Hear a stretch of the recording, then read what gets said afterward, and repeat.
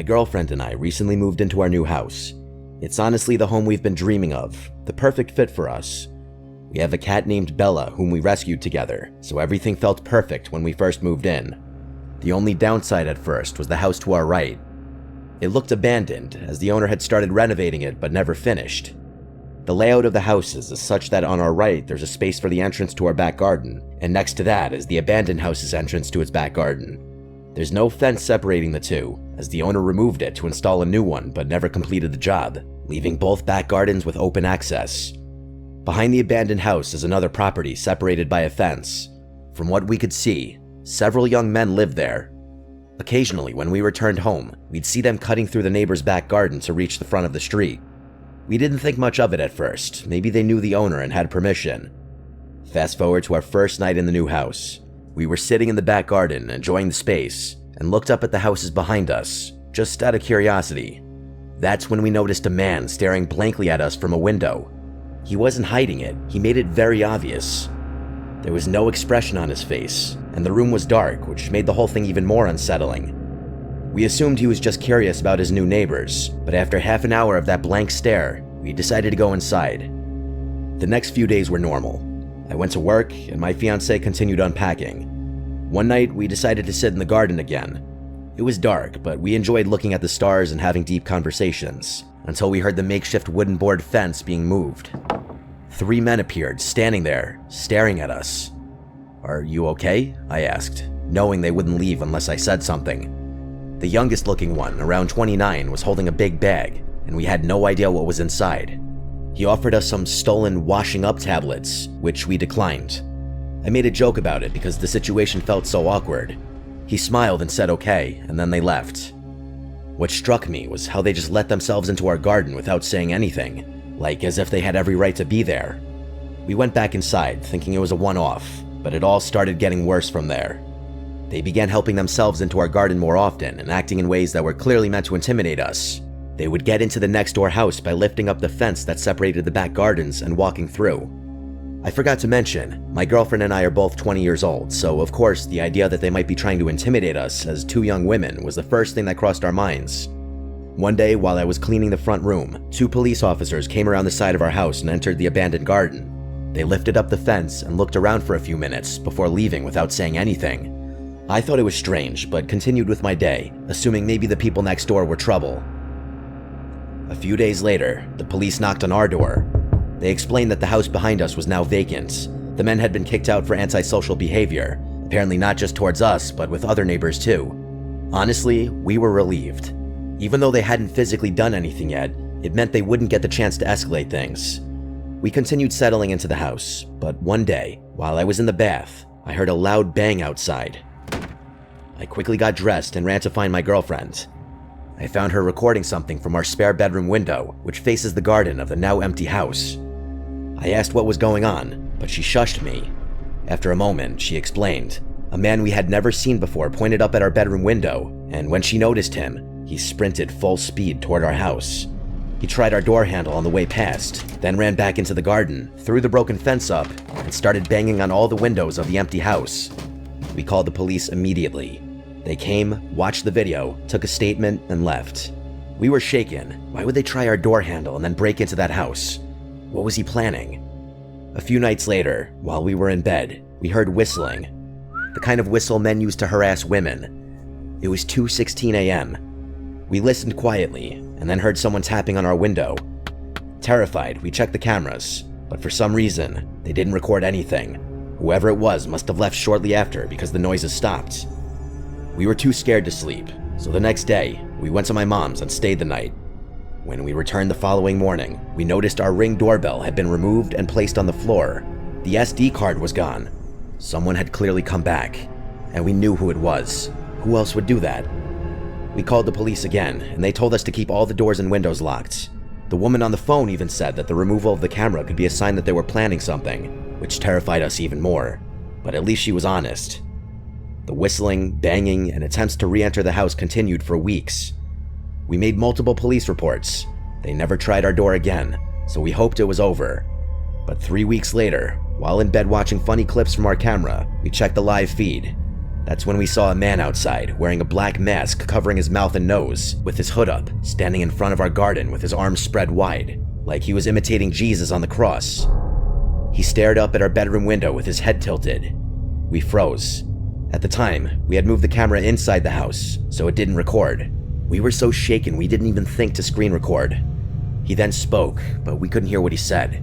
Then he turned around, walked to the opposite side of the street, and just stood there, staring at our house for about 30 minutes. We called the police again. They said it wasn't illegal to stare at someone's property and dismissed the whole thing, even when we told them what he did on our lawn. They made us feel like we were overreacting. We couldn't sleep for days. Any noise outside terrified us, even normal ones. Then, one night at 2:52 a.m., we got a notification. I woke my girlfriend and said, "Someone's outside, I know it. Please check the camera." She did, and there they were. 2 masked men coming from the side of our house, shining flashlights into our windows. One of them, the same man who had been harassing us, was holding what looked like a crowbar. Why us? What was the point of this?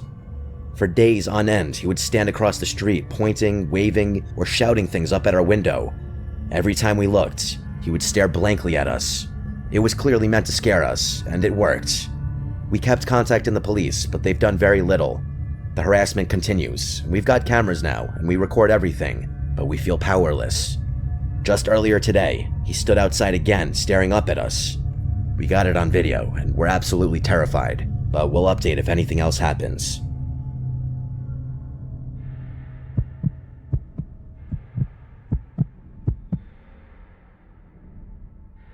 Let me preface this by saying I'm not crazy. I know how this is going to sound, paranoid, unhinged, delusional, but I swear everything I'm about to tell you actually happened. It started with a face, or more accurately, faces that all looked just slightly off. 3 months ago, I ended a relationship with my ex Caleb. We'd been together almost 2 years, and the breakup was long overdue. Caleb wasn't violent or anything, he never hit me, but he was controlling and possessive in that low-key and calculating kind of way.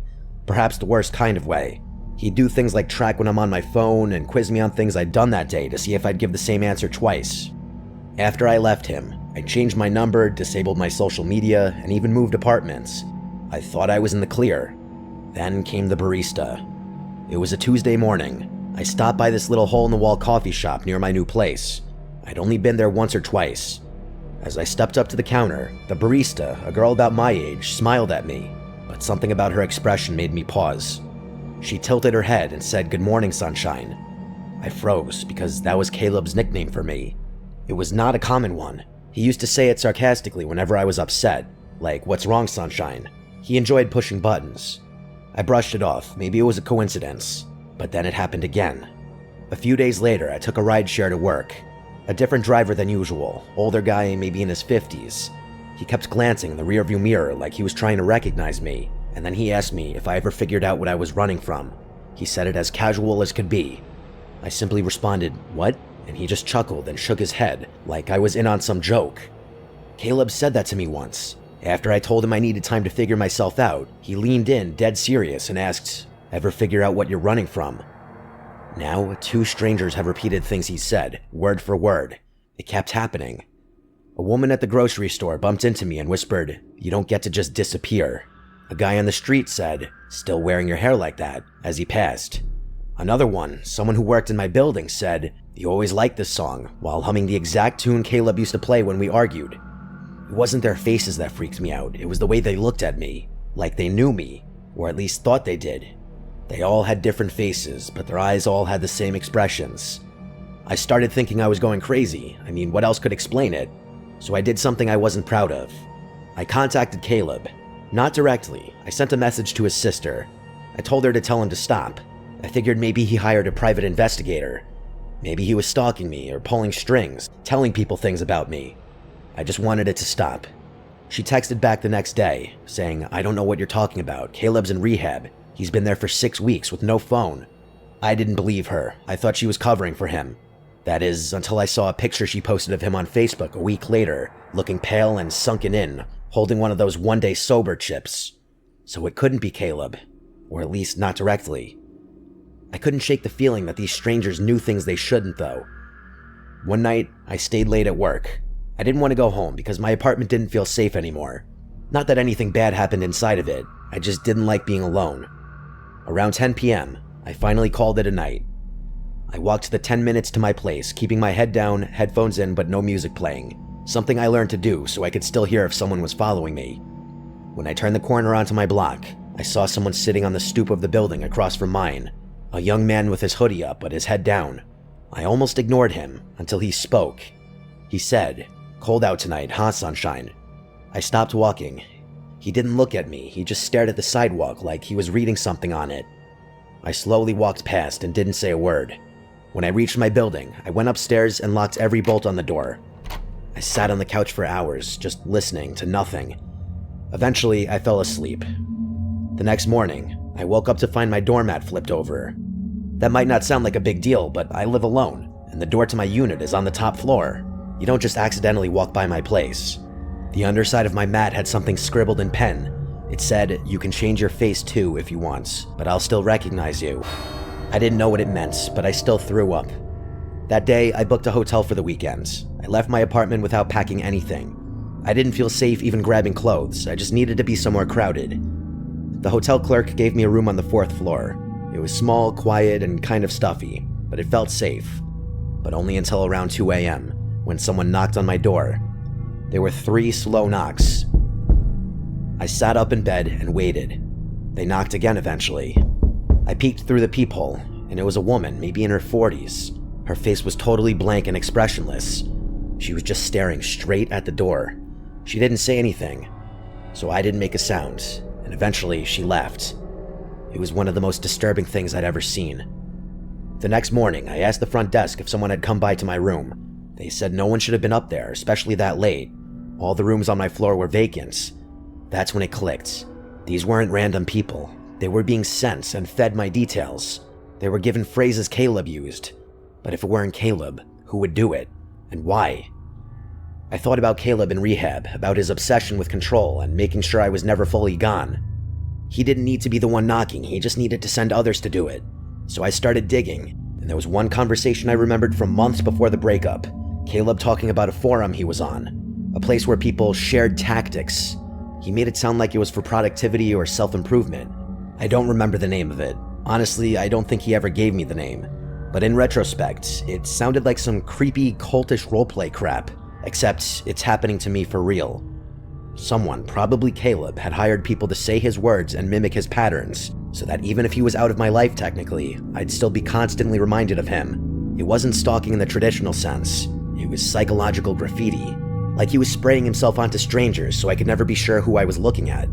I don't think it's about watching me, but rather about making sure I never stop watching for him. I moved again and disappeared off social media again. I even dyed my hair. I told friends not to tell anyone where I was. It worked until last week.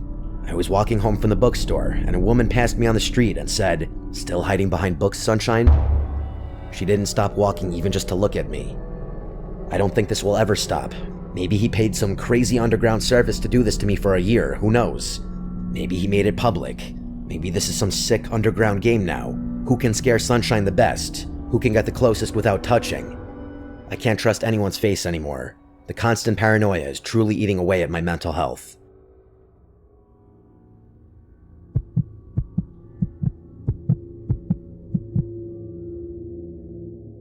My family is a group of homebodies that don't travel, so everyone was surprised when my aunt proposed a trip to one of Michigan's Great Lakes. We agreed, wanting to create new memories together. My cousin booked a spacious Airbnb that could somehow accommodate all 18 of us, which felt like a miracle considering the price. The house sat right on the beach, with gorgeous lake views that stretched for miles, almost like an ocean. Most of us claimed rooms in the main house, but because of our large group, some of us were placed in a second building directly behind it, a 2-story garage with bedrooms upstairs. My 3 cousins and I were assigned to sleep there. At first, we didn't think much of it. We spent most of the first day enjoying the hot tub, relaxing on the beach, and soaking in the scenery. It wasn't until night that we entered the garage for real. The space was outdated and neglected, with carpeted bathrooms that smelled like mold, stained bed linens, and a poorly secured latch on the door. Clearly, the cleaners focused on the main home and ignored the garage. My cousins were grossed out and refused to sleep on the beds unless we washed the sheets, so I suggested we do laundry. The machines were small, so we could only do one set of bed sheets at a time, and it was obvious we'd be up late. We passed time upstairs, waiting for the first load. My cousin Maria complained about how we got stuck with the worst place, and as she spoke, I started to feel uneasy, like something bad was coming. I've had this feeling before, a rare kind of intuition that usually ends in a nightmare or something worse. I told my cousins to stay alert, and they listened, especially since we'd all experienced a break-in before when we lived in Detroit. Around midnight, the bell rang from the first floor, signaling the wash was done. I went downstairs alone, swapped the load into the dryer, and brought up the clean-smelling sheets. When my cousins saw how clean they were, they wanted their bedding washed too, so I kept going up and down between cycles doing everyone's sheets. At around 2:37 a.m., we were finally done. We made the beds and were too tired to stay up any longer. My cousin Nikki insisted we leave the light on, and while they all fell asleep quickly, I stayed up doing some schoolwork on my phone. I'm a light sleeper, something that stuck with me since the break-in, and I remained hyper-aware of my surroundings even while half asleep. Then, around 3 a.m., a loud bang hit the garage door, like someone had thrown their body against it. I sat up, startled, but my cousins didn't move. I tried telling myself it was just wind, though the noise was too heavy for that. Still, I stayed quiet and tried to sleep. But then it happened again, same deafening crash, this time shaking the garage door. The building trembled from the impact. I was fully awake now, watching the lamp-lit room as my cousins continued to sleep. No animal or gust of wind could cause that. 20 minutes later, the third boom hit. The garage shook again, and finally, 2 of my cousins bolted upright. I asked if they heard that, already knowing the answer. Nikki asked what that was, and I said I don't know, but this is the 3rd time I'm hearing it. We all agreed no wind could cause that sound. Nikki suggested texting her mom, my aunt, so we did. It was 4:11 a.m. when she responded, realizing something serious must be going on. She woke my uncle, who ran outside to check the property. We stayed upstairs, too afraid to move, until we heard knocking. It was my uncle at the door, and when we opened it, we saw him standing there with my dad and a few of our older male cousins. That's when I knew it was serious. There was no wind, no one playing around. My uncle told us to grab our things that were going to the main house. Then he said there was someone on the property, and that's what made my heart sink. I threw everything into my suitcase, and we all rushed out of the garage. Once inside the main house, most of the family woke up from the noise and commotion. We sat in the living room, trying to piece it all together. I told them about the first 2 loud crashes, and my cousins confirmed the third. My aunt explained that when my uncle went out to investigate, she followed him. He shouted "hey" at someone standing behind the garage. The door to the main house slammed behind her right then, and there was no wind to explain it. She feared someone might have slipped into the house, so she ran to wake my dad and cousins. After searching, no one else was found inside. Then my uncle described what he saw. A man stood behind the garage, not hiding or moving, but staring like he wanted to be seen. When my uncle called out, the man didn't flinch. He simply walked away and vanished, not into the darkness, but into thin air. The leaves on the ground didn't crunch, and there were no footsteps left behind. My uncle's not someone who makes up stories either. He's a serious, logical man, which made everything scarier. My brothers added that they found 2 jester cards, one in the main house and one in the garage. The one in the garage was twisted and demonic looking. One cousin pointed out that jesters symbolize mockery, and the loud sounds happened around 3 a.m., the so-called devil's hour. It was as if we were being taunted. My uncle had even checked for footprints, but saw only his and my cousin's, not the man's. Another cousin drove down the road during the incident to try and spot someone fleeing, but found no one. That day, no one returned to the garage. We squeezed into the main house, on floors, couches, anywhere there was room. My mom gave up her bed so we could sleep more comfortably. On the second night, she slept on a couch by the large windows and woke around 4 a.m. to footsteps on the porch. She didn't dare open her eyes. She was afraid of seeing someone looking in. Then she heard someone trying the basement door. It had a weak lock, and my brothers and male cousins were sleeping down there. The door rattled as someone tried to break in. My mom rushed to the basement, but by the time she reached the beachside entrance, no one was there, and all the boys were still fast asleep. That was our last night. Though we planned to stay until Tuesday, we left Monday instead. On the way home, we couldn't stop talking about what had happened. When my mom found out I had been going downstairs alone during laundry, she theorized that someone might have been watching me and thought I was alone in the garage. The time between my last trip downstairs and us going to sleep lined up way too well with the banging sounds. Theories started to form. Some of us thought it was a neighbor trying to scare us off. Others believed there was something paranormal, especially because of the jester cards. My aunt pointed out that a normal person would have run when my uncle spotted them, but this man didn't run. He just watched and disappeared. We contacted the Airbnb host, who claimed she'd review the footage from the camera above the garage door, but we never heard back. It made us wonder, did she know the man? Was he a neighbor? When we first arrived, my sister and cousin had walked the beach and passed a woman next door. She watched them coldly, without friendliness or a greeting, just an unfriendly gaze. The house was in the middle of nowhere, and we understood how constant Airbnb guests might annoy locals, but we were respectful. We didn't deserve what happened.